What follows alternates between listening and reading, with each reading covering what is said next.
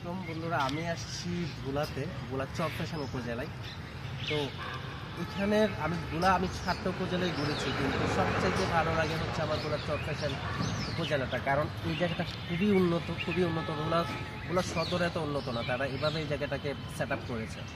আমি যদি বলি চরফ্যাশন শিশু বিনোদন পার্ক, মানে ওয়ান্ডারল্যান্ডের মতো একটা পার্ক করে রাখছে।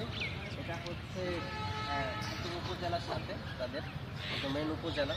ঠিক আছে, একটু যদি আমরা এদিক খেয়াল করি, এটা হচ্ছে একটা প্রজেক্টর, টিভি প্রজেক্টর, যেখানে খেলাধুলা হলে এখানে সিনেমাটা ছাড়ে এবং পুরা মানুষ এই জায়গাটায় টোটাল রাউন্ডটা দেখেন যে এখানে বসে সবাই খেলা দেখে।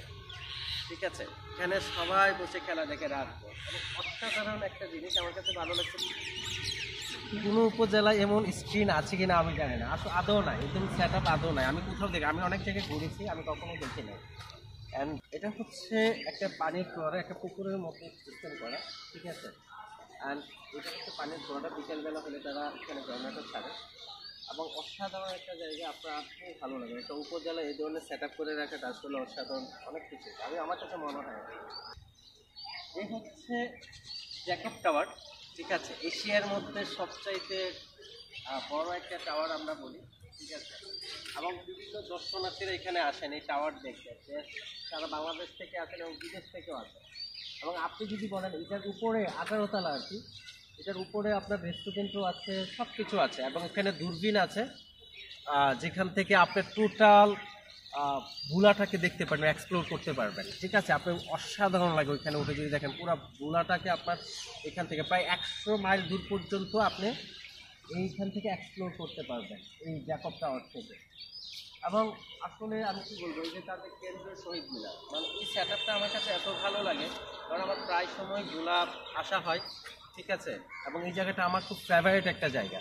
এবং এই টোটাল এই জায়গাটার নাম হচ্ছে ফ্যাশন স্কোয়ার, তারা নাম রেখেছে ফ্যাশন স্কোয়ার। তো বন্ধুরা, যদি আপনারা কখনো ভোলা আসেন, ডেফিনেটলি চরফ্যাশন মিস করবেন না।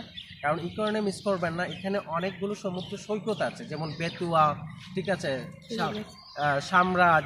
সামরাজ, তারপর হচ্ছে খেজুর গাছা, এই ধরনের অনেক অনেক অনেকগুলা হচ্ছে সৈকত, সমুদ্র সৈকত আছে। এবং অনেক পাইকারি মার্কেট, মাছের মার্কেট আছে, যেখানে আপনারা যাকে ইলিশ মাছ দেখতে পারবেন, অনেক ধরনের মাছ। আমার পেজে এই ধরনের ভিডিও আছে, আমি এখানে আগেও দিয়েছি।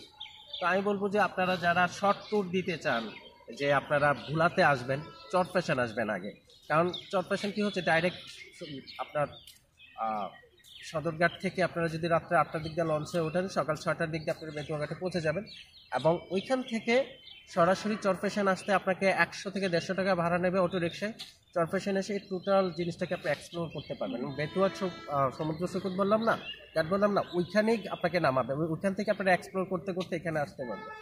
অসাধারণ জায়গা, আপনাদের কাছেও ভালো লাগবে। কারো যদি শর্ট ট্যুর দিতে চান তাহলে চলে আসেন ভোলা চরফ্যাশন। আল্লাহ হাফেজ, বাই বাই, টাটা, আবারও দেখা হবে।